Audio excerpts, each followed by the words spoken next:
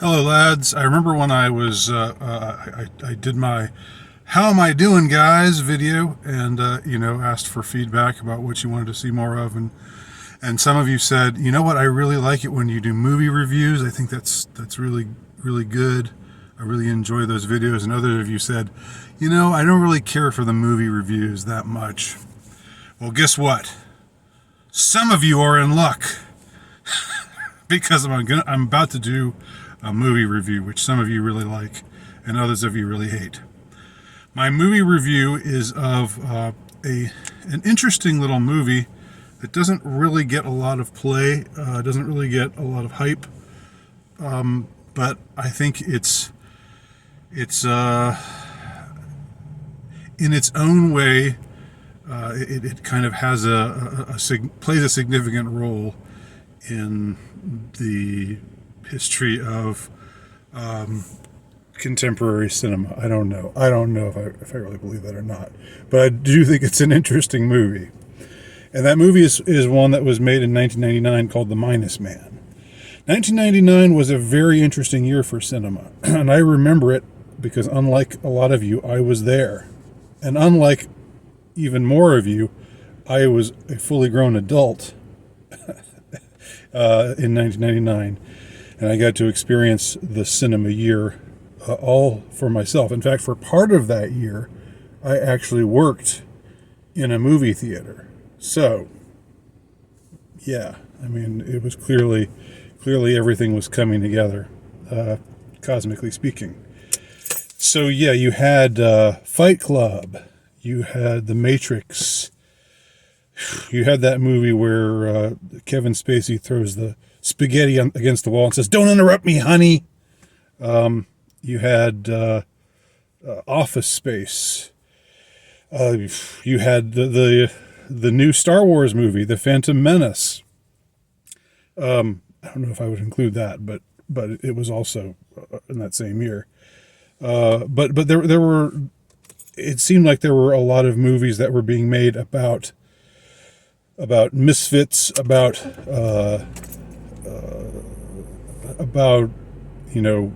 people trying to break free from the stifling, stultifying routine of corporate life and so forth. That really seemed to be a theme, a through line, if you will, running through that year.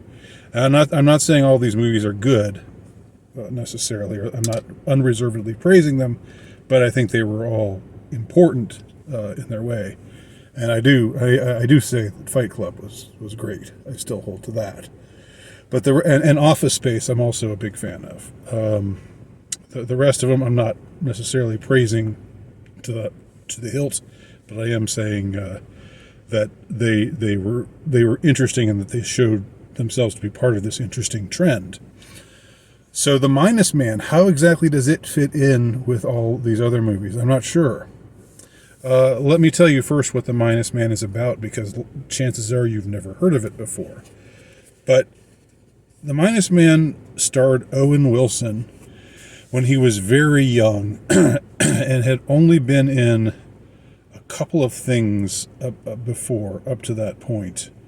The only other thing I remember him being in was a film called Bottle Rocket, which was Wes Anderson's debut major movie, and it was not at all like a Wes Anderson movie as you're familiar with them today. It didn't have all the contrivances. It was quirky in its way, but it was much more just kind of reserved and laid back, indie kind of movie. He was very funny in that movie, and his brother also, Luke Wilson, was in it as well. But I believe that was the only thing that he had been in prior to that point, unless I'm mistaken, which I probably am. After The Minus Man, Owen Wilson kind of became this stock, especially during the aughts, and even into the tens. He was this stock, quirky, comedic sort of character, the wow guy, the sort of hippie country boy amalgam. He was interesting. He had a presence about him, and he certainly could be funny. And but in The Minus Man, much more subdued performance, because he was just he wasn't really that big a deal at the time. So it wasn't like, wow, see Owen Wilson in this major role. And so he was playing it much more, much more reservedly. He wasn't really just going for it. He wasn't being his wild and crazy self. Although the character that he plays is pretty crazy, but not that wild. The Minus Man is about a young man who drives a pickup truck, and he's just drifting his way through, I guess it's the Pacific Northwest. It's somewhere out west. It seems more to the north. It doesn't really scream out California to me. Generally in the more rural areas. And he's this isn't too much of a spoiler, because this is sort of the whole premise of the movie. He's a serial killer, but he's like the nicest serial killer that you've ever met. He's a nice boy. he's a nice boy. He's like the kind of young man that if you introduced him to your mom, she would say he's such a nice young man.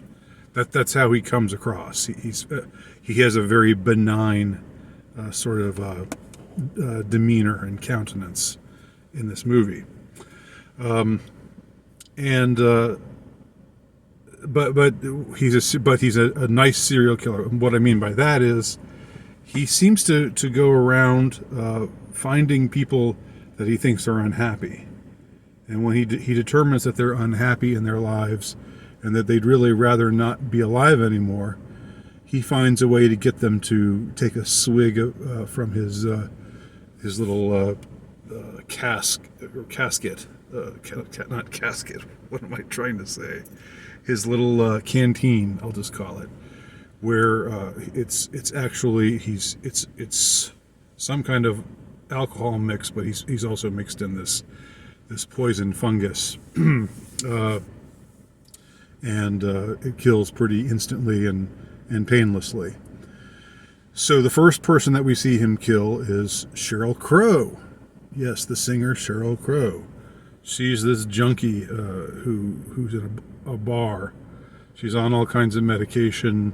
She says she's allergic to a ton of things, and she's a drunk. She keeps asking for more and more alcohol. The bartender's getting pretty fed up, and then eventually kicks her out, and she ends up with our anti-hero, whose name is, by the way, is Van, with two N's, Vann.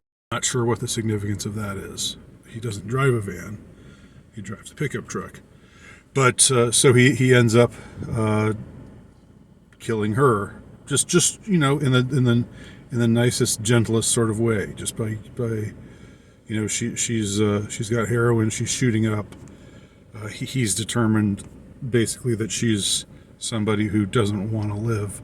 In her heart of hearts, doesn't really want to live any longer. So he helps her to die, and then puts her body in a public restroom area, and makes it look like she just OD'd, and moves on. He finds this kind of idyllic small town. He ends up renting a room from this couple who are struggling because it seems that they have lost their daughter, and it's never entirely clear what it means, what the loss means in this case. They talk about her as if she's just gone, as if she went away to school, and she's not, and they just haven't heard from her in a while. But one gets the impression as the movie progresses that maybe she has died, or maybe she's gone missing. Maybe ironically, she was one of his victims. I don't know if that's ever suggested, but it seems like it's a possibility. And in any case, he becomes this sort of substitute for them, for their daughter. They end up treating him as if he were one of their own. But then I don't know if I want to get too detailed about the plot, because I don't want to, I do think it's worth seeing. I will say that. If you haven't seen it or haven't even heard about it, I think it's worth checking out. If you don't mind the slow burn movie, okay? And what I mean by that, just a movie that's very slow paced, because this movie is slow. I mean, it's not that long, but it is quite slow. And one of the most interesting thing about it is of course the main character, and the movie doesn't really try too hard to explain him, how he got to be the way that he is. He says at one point that he was taking care of his dad, who was sick, and then when his father died, he didn't really have a reason to be around there any longer. He says he's from Vancouver, and that he just decided to take off and drive around and see things, and people accept that, but of course one wonders, did he kill his dad? Did he put his dad out of his misery, thinking that it was the right thing to do? How did he get to be this way? What made him somebody who thinks in those kinds of terms? He has this, like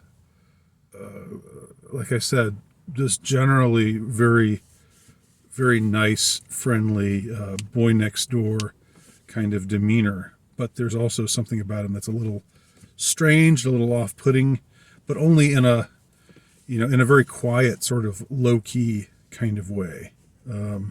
He doesn't really seem to know how to respond to intimacy. There's a Janine Garofalo, before she became this, this tattooed,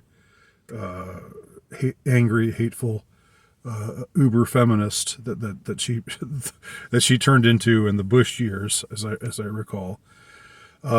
She gives a very strong performance as just somebody who ends up working with our anti-hero Van, and clearly has a thing for him, but is awkward about showing it, and he's very awkward in his and ambiguous in his responses to her. Getting into too much detail, we see that Van's choice to live the way he does, and to be to be somebody who puts people out of their misery, how it has unforeseen consequences, because somebody that he ends up killing, believing that he's doing them a favor, that ends up really, I won't explain here exactly how or why, but it ends up messing with the mind of one of the two people who, the parent, the lost parents, the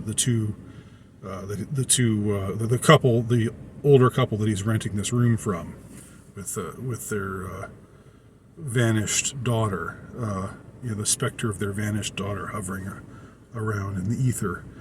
It ends up affecting one of them very much, and possibly pushing this person to commit a murder. And that's an interesting twist, because you think that somebody like Van doing what he does, justifies what he does in his mind by thinking, I'm really not harming anyone. I'm only helping people. But he doesn't think also, even if that's true, even if we grant him that, even if we say, yeah, you're right to kill people who you think want to die, you still don't grasp the consequences, how this death could lead to other problems with other people and so forth. So interesting as far as that goes as well. Van has a voiceover. There's a narration that pipes up every now and then, and we sort of hear the inner workings of his mind, but we never get too close to him. We like I said, the movie does a good job of balancing things. It tells us a little bit about Van without telling us too much, or without wanting to connect all of the dots so that we know all of his backstory, and therefore can understand totally why he became the way he became. But he's haunted by these two cops who he sees in his mind, or he imagines scenarios where they're grilling him, and the cops are maybe his conscience. It's not totally clear, but one of them is Dwight Yoakam. The other is, the good-looking black guy, character actor, with a really great voice, but I can't remember. I don't think I know his name. These two cops, who probably don't exist in the real world, probably just are part of his fevered imagination. They show up from time to time and ask him pressing questions about why he's doing the things that he's doing. So things go, things progress to a point. They come to a head, but there's not too much of a resolution. The final scene is interesting, and I'm not going to give it away, but it suggests that his demons are perhaps catching up to him, or they're onto him. They know, again, we see another character who's another law enforcement officer, who might or might not really be there, but we see them driving down the road, and this other officer is looking over at him, glaring at him, like I know who you are, I know what you did, I know about you. And then there's the road divides, and he goes one way, and the police goes the other way. So he technically gets away, but does he really get away? So it ends ambiguously, and I've said many times that sometimes an ambiguous ending is the only satisfying ending, and I don't know. I get a lot of pushback from others for that. Others who think no, I want to find out what happens. Well, sometimes it's like if it all pushed towards some definite, high def resolution to retool that phrase, a resolution that's all cut and dried, and we know for sure that this happened or that happened, and there's no room for speculation. Sometimes that feels like just a cheat. That feels highly unsatisfying to me. And in this case, I think the best kind of ending for a movie like this, which is about a character who can't really be understood, and who's strangely endearing, in addition to being off-putting. I think there's something off-putting about him, even if we didn't know the things he was doing. But there's also something about him that's, like I said, endearing, vulnerable. The boy next door, he seems like a friendly guy, has this goofy smile, and it's an interesting character study generally. Also got to say, I can't help but watch this movie, and this isn't so much about the movie itself, but I like I've said before, 1999 wasn't that long ago, and one gets the feeling that the world that is presented to us in this movie is, while it's certainly far from perfect. This is not. I mean, this is a disturbing movie with a lot of characters who are deeply unhappy and all of that. But yet there is a sense of things being nice and clean and orderly, and a sense of things not having fallen apart, a sense of pre-fall America, and that's something that I'm finding more and more haunting when I go back and watch older movies, not even old movies, because 24 years isn't that long ago, but we're not talking about something from the 50s or 60s. But just to see how far we've fallen, I mean, just to get the sense of what the world was like back then. And I'm not just talking about the boomer kind of cliches of, oh, everybody wasn't on their phones back then, everybody wasn't looking at their damn phones back then. But it's that and much more than that. Anyway, that's sort of an ancillary thing, not really related to the review of the movie itself. So those are my thoughts on The Minus Man. If you've seen it, let me know how you feel about it below, or if you have any comment on my comments, let me know, and thank you for watching.